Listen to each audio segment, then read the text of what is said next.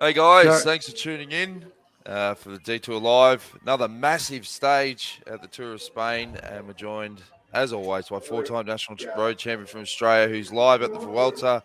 He's at where are you? At the lobby of a hotel. I am. I've moved downstairs where it didn't work last night, but the bar's pretty packed, but we've found a quiet corner. So here we go. But yeah, massive stage at the Vuelta, Iffy, and Jay Vine, he's done it again. Oh, mate. Unbelievable. I mean, we'll go through the interviews, talked to him this morning, and he said, I'm going to get up the road. He'd already decided he's going for the climber's jersey. And I said, but, mate, you're the best climber here. You can win this from either way. And he went, yeah. So, and then I quizzed him on it again. But it's just wonderful. The break got clear. There were some good bikers in there, Solar and Lander. And yet already I'm looking at that and saying, Jay will just ride away from these guys. I just knew he would ride away from those guys, which he did. So isn't it amazing that win 2 days ago when we saw what he really was capable of, changed everything. It changed everything in his mind too. So, yeah, we had the most amazing day. Great to be a part of it. Well, let's have a look at the stage results. As you can see, Jay Vine got the honours. Mark Soler, 43 seconds back. But from the GC perspective, Remco pulls a little bit more time on Yatesy. Roglic was in the same group as him. Few big surprises, Iffy, on the GC front. Yeah, Yatesy was right there. He sort of yo-yoed. He wouldn't go too hard. I spoke to him afterwards, and you hear that. He was comfortable. It was he was okay. And you're remembering today's stage for you, is a monster. The uphill finish there is even harder than today. And I got to tell you, I was blown away driving the final of today. It was just staggeringly good. But this is where Simon won when he won the Giro, the Vuelta in 2018. This was the stage which he cleaned up and took him to the victory. So, he's confident that he can go well tomorrow for us, today for you. Well, this is the profile you're talking about. It's nasty. There's a cat. Well, it's a bit nasty, but when you get people who aren't looking at this, who are listening on video, on audio, seriously, the last part, it's almost like filth. A wall. Yeah. There's no. It's just ridiculous. Yeah. It's 24% gradients in it, and and Simon loves that. But I got to tell you, Jay Vine could do it again. I mean, he is the best climber in this bike race right at this moment. And I tried to question him with Evenepoel this morning. I finally got it in up the stage. Yeah. So I asked him what he thought about John. And it's a shame that his peak cap didn't show his eyes. He was looking at me, and you could see he was very impressed with Jay Vine. All right. Well, all those interviews are coming up. Let's get to the interviews you did before the start. And, of course, you caught up with Luke Platt, who's been a regular on the show.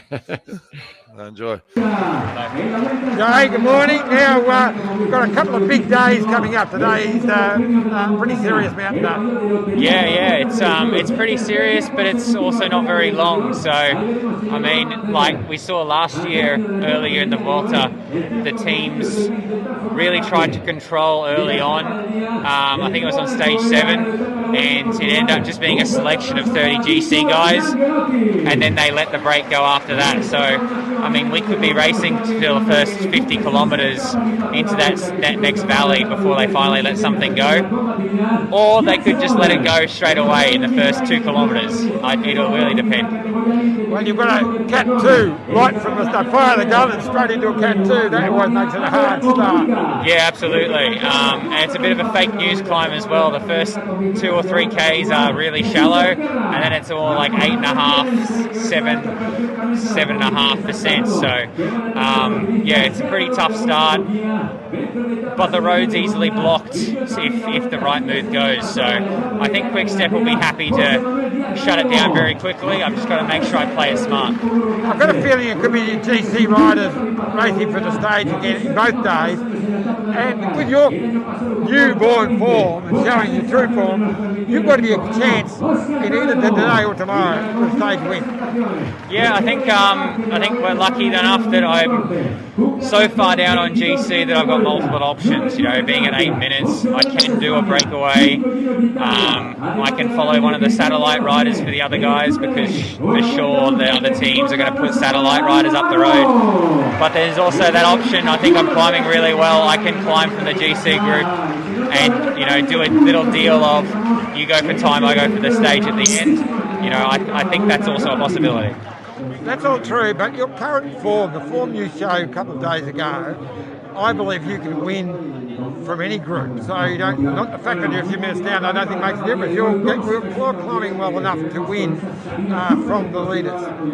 Yep, for sure. It's, yeah, once again, it still comes down to those tactics. Those tactics from the GC guys. Cycling isn't always about the numbers. Sometimes it's emotional stuff that happened 3 or 4 days ago. So, you know, there might be someone that, you know, follows me on a move to close me down, and it might not be the tactically smart thing to do, but it still happens. Good luck today, mate. Thank you. Ben really fires up today and tomorrow, so what's the plans?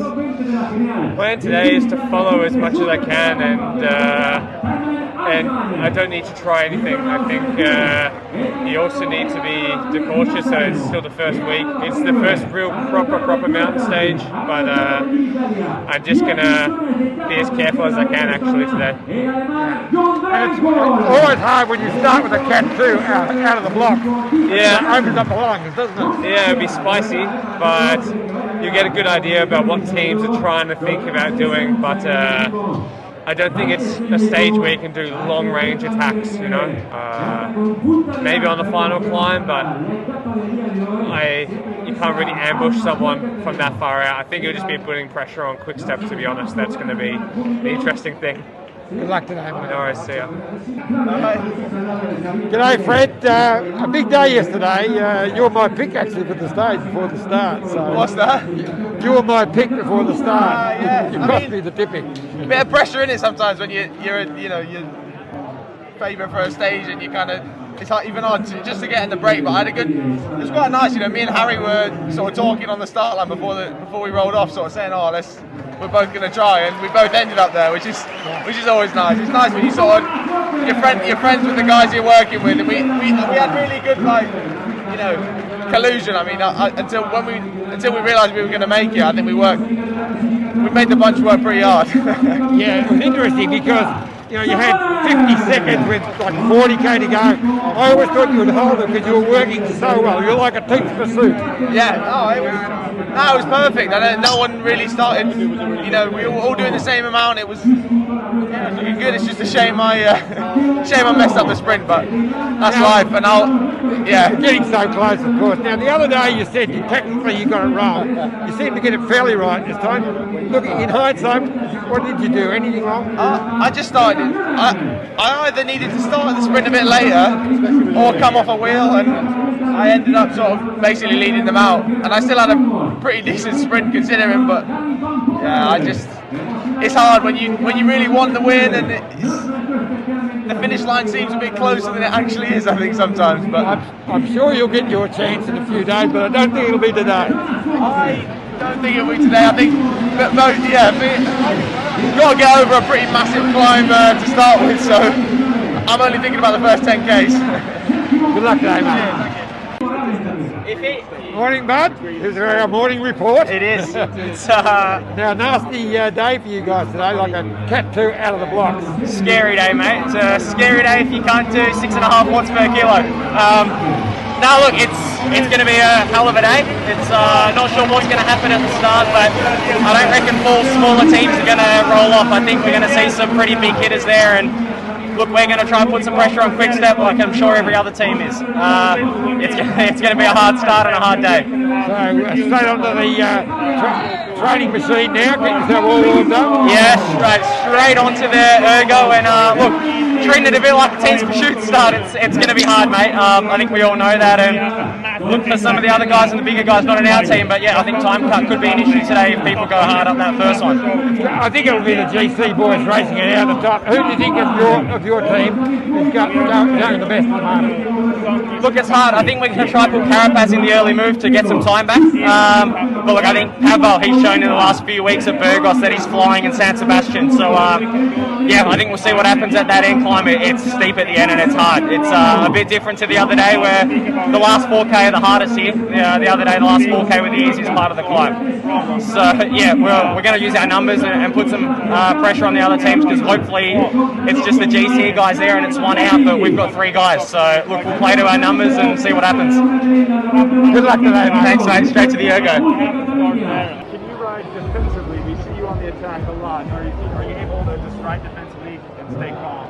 Yes, of course, why not? I think a good example is Hendrik Mas. He's also a really defense rider, so it's up to me to stay calm on the last climb, to try to counter as much attacks as possible, but just don't kill myself. And then it's also quite a long climb, so doing an own pace is not a bad thing on this climb, but yeah, the most important is to not lose time, and if it's possible, I'll try to take time. Weather aside, how different is today's stage from 2 days ago?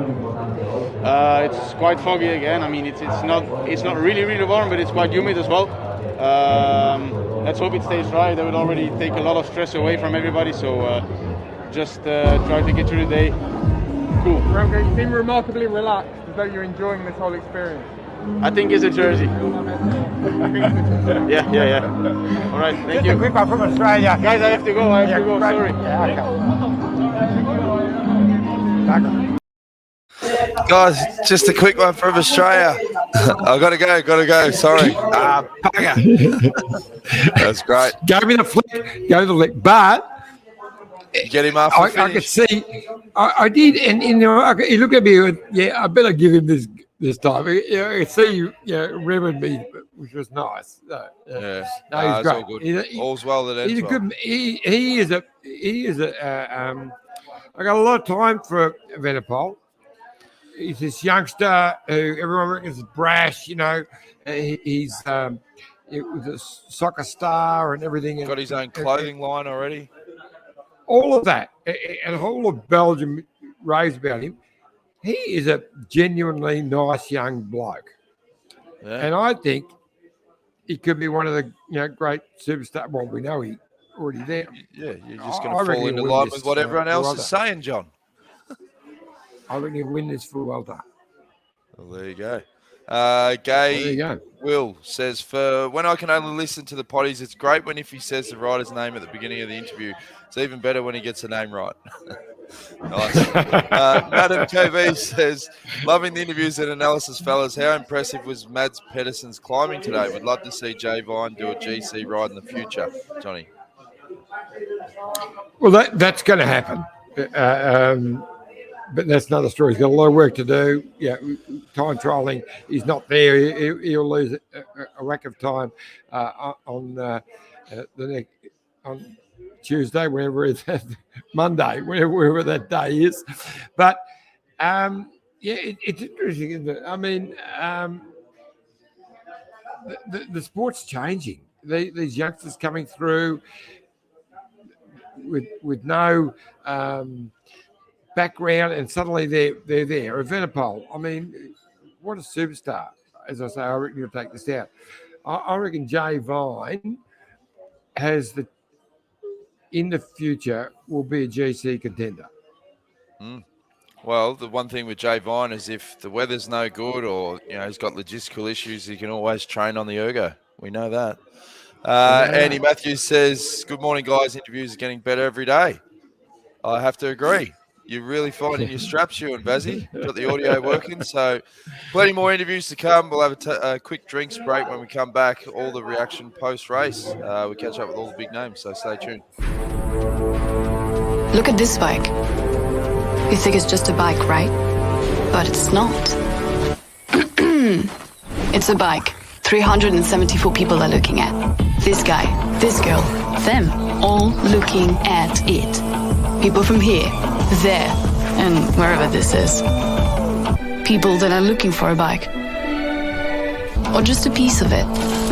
Amateurs, semi-amateurs, and pro-amateurs. This guy wants this bike, but with this crank and these bars. This could be the perfect match. But not this one. This girl has a bike to sell, and thousands of people might purchase it. Eyes on Bikes help grow small businesses. His, hers, yours, and the latest data and insights help those businesses keep moving. We are the world's #1 bike marketplace, with over 500,000 products and 900 brands, where buyers and sellers are brought together in a place where a bike is never just a bike. Bike Exchange, where the world buys, sells, learns, and rides. Massive thanks to our great mates at Bike Exchange. Get over to bikeexchange.com.au if you need anything bike-related, road bike, mountain bike, e-bike. There's a big special on them at the moment. You'll be supporting your local dealers, and you'll be getting the best price, Johnny. And a big special on gravel bikes at the moment, which is taking over the world. They have.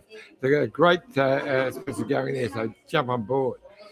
So I got to tell you, another live comment. Andrew says, should Javine be on the start line in Wollongong? Now, this is the issue when you have to pick the squad. You know, you have to have it done in time to get everyone prepped, given that it's only, less than 4 weeks away or just under a month. But then you see the form of guys like Javine, and naturally you'd be thinking, far out, if he was in that squad as well over that course. Oh.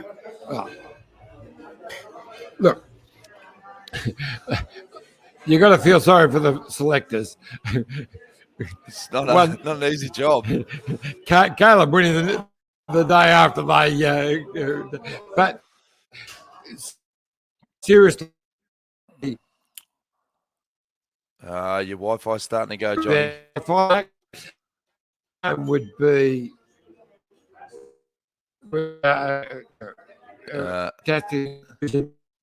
to know. Very good. You cut down, John. You never want to race. You cut down, Johnny. So we'll go to the post-race interviews. So stay tuned, and then if you'll get his Wi-Fi sorted when we come back, we'll wrap things up. So enjoy. Jay, well, mate, this morning you said you felt okay. You're going to give it a crack. Well, you certainly give it a crack.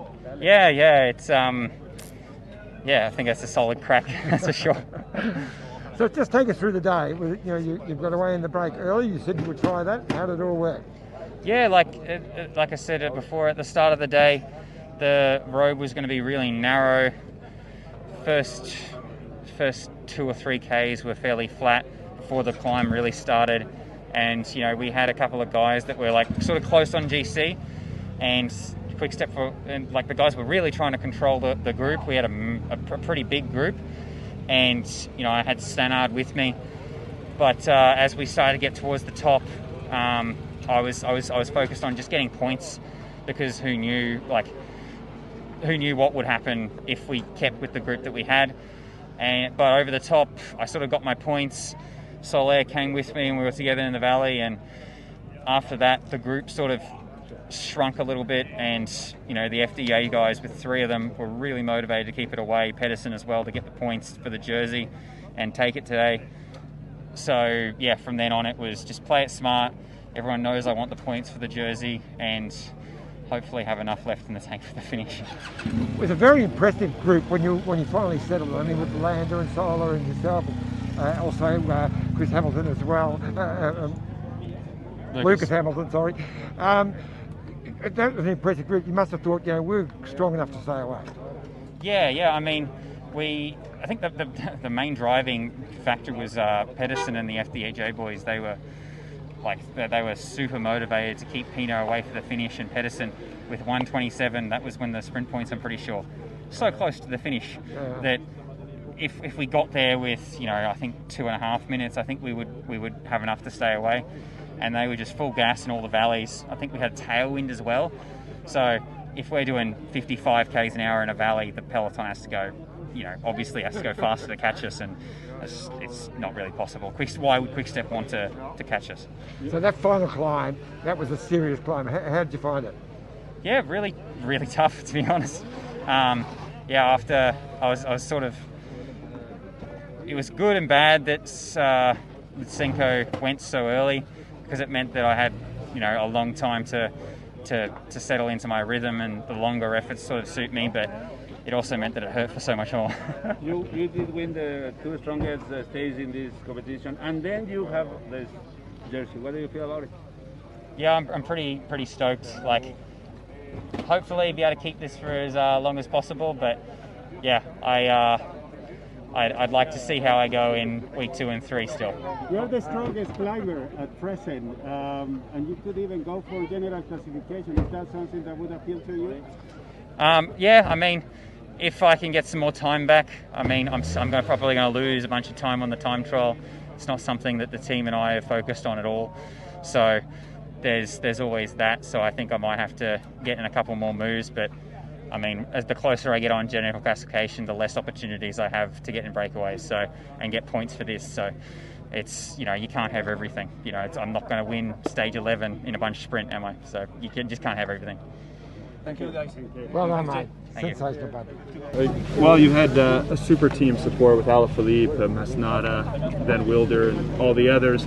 How did you handle that first day of defense when those attacks started to come and you were on your own at that point?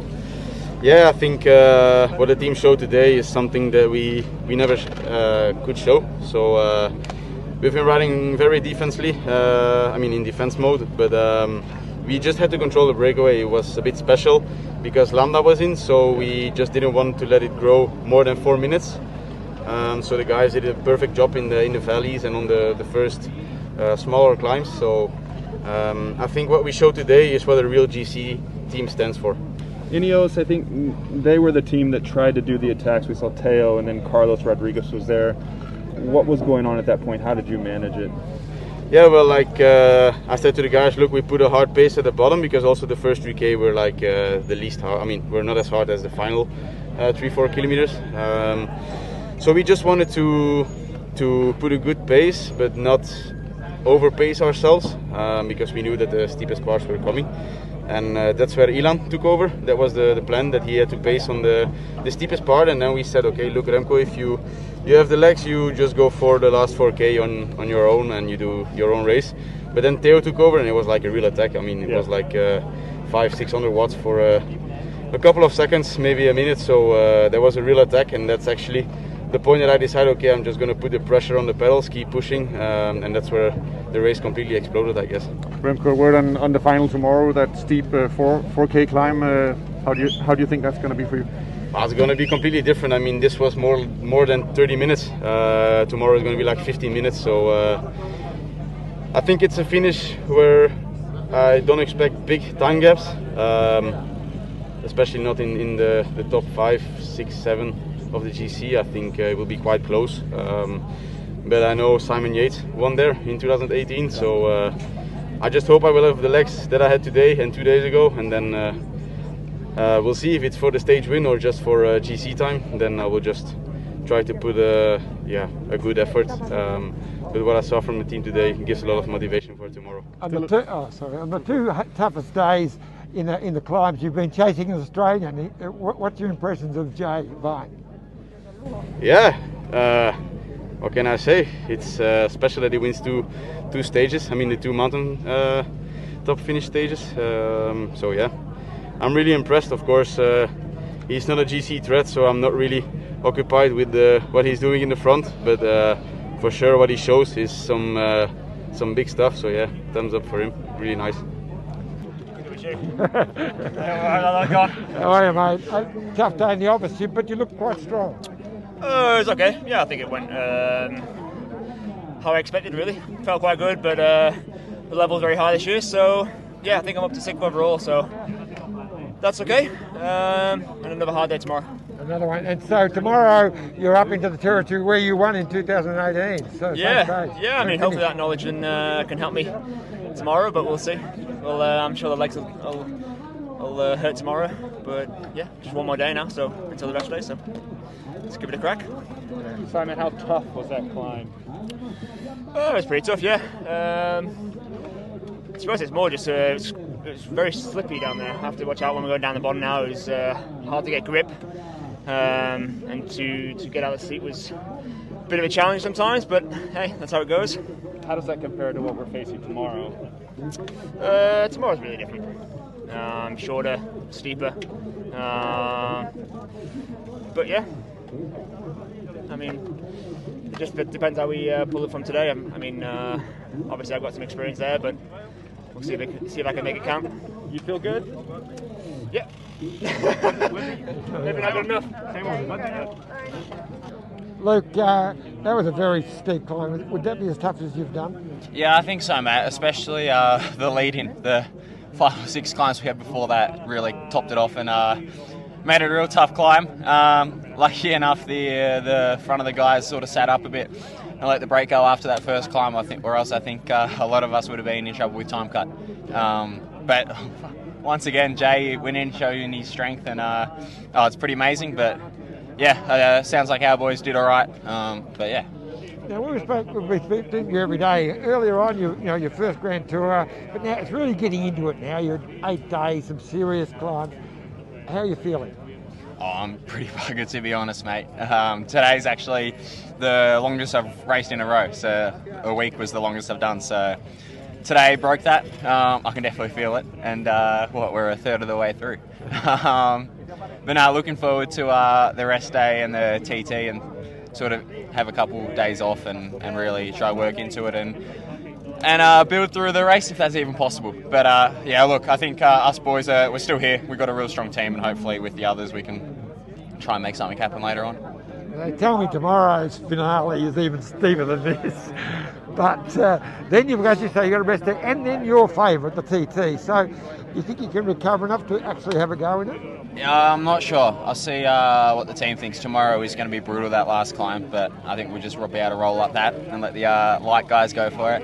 And then, yeah, I'll see on the morning of the TT how we go. At the same time, like, I'm already pretty buckled, so if I went full gas, maybe it cost me in the back half of this race. But look, I always love them, and I'd love to have a little crack at it, so we'll see how we go. Good on you, mate. Well Thanks, done, mate. pal. Cheers.